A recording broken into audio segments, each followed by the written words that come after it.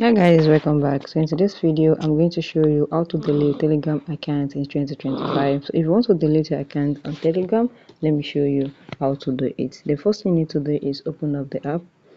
Now once you open up the app, you need to click on settings, which is this three line. Then after that, you need to head over to your settings. You click on settings and click on privacy and security. Then once you scroll down, then you're going to see delete account.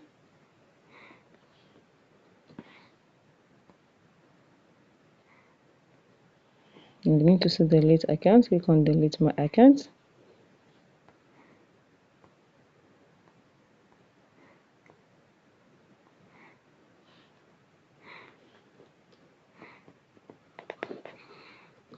Now click on delete my account. I'm going to show you. You can see if away. So now if your account is away for, you can say I put my own on 8 months. You can set your own as 1 month. You can check for 3 months and you can put 6 months. You can put any one there. Once you see it, for 3 months, click on it, okay, or you can just say 1 month. Once you are done, you're going to see delete account.